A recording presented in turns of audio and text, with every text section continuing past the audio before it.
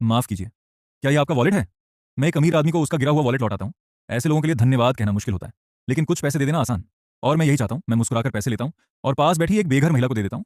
मेरा नाम टोबी है। मैं दुनिया के सबसे माहिर चोरों में से एक हूँ। मैं किसी भी ताले को खोल सकता हूँ और किसी भी सिक्योरिटी सिस्टम को चकमा दे सकता हूँ।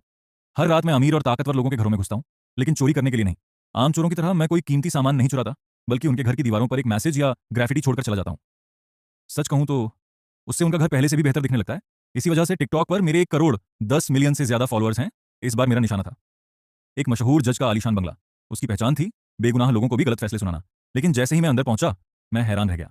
पूरा घर अजीब और रहस्यमयी चीजों से भरा हुआ था। फिर मुझे एक दराज में कई युवा लड़कों की तस्वीरें मिली। मैं चौंक गया। क्या ये मैटेओ को भी जानता है? अब मुझे यकीन हो गया, मम, ये जज कोई बहुत बड़ा राज छिपा रहा है। तभी बेसमेंट में रखी एक बुक शेल्फ मेरे लिए खुल गई। उसके पीछे एक गुप्त रास्ता था। मैं धीरे धीरे आगे बढ़ा और एक बंद दरवाजे के कीहोल से अंदर झांका। जो मैंने देखा, उसे देखने के बाद मेरे रोंगटे खड़े हो गए। मैं समझ गया कि मुझे तुरंत यहां से निकलना होगा। तभी ऊपर से किसी के कदमों की आवाज आने लगी। जज उम्मीद से बहुत पहले घर लौट आया था। शायद मैंने गलती से अलार्म चालू कर दिया था, लेकिन उसने पुलिस को फोन नहीं किया। शायद क्योंकि उसके अपने राज पुलिस से भी बड़े थे।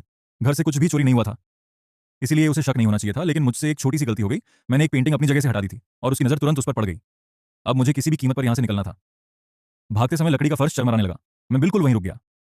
किस्मत अच्छी थी, वह मेरे बिल्कुल पास से गुजर गया, लेकिन मुझे देख नहीं पाया। यह मेरे काम करने का तरीका नहीं था। लेकिन जो मैंने उस गुप्त कमरे में देखा था, उसने मुझे दोबारा उसी घर में लौटने पर मजबूर कर दिया। मुझे हर हाल में उस जज का सच जानना था। लेकिन इस बार जैसे ही मैं अंदर पहुंचा, जज पहले से मेरा इंतजार कर रहा था। मैं सीधे उसके बिछाए हुए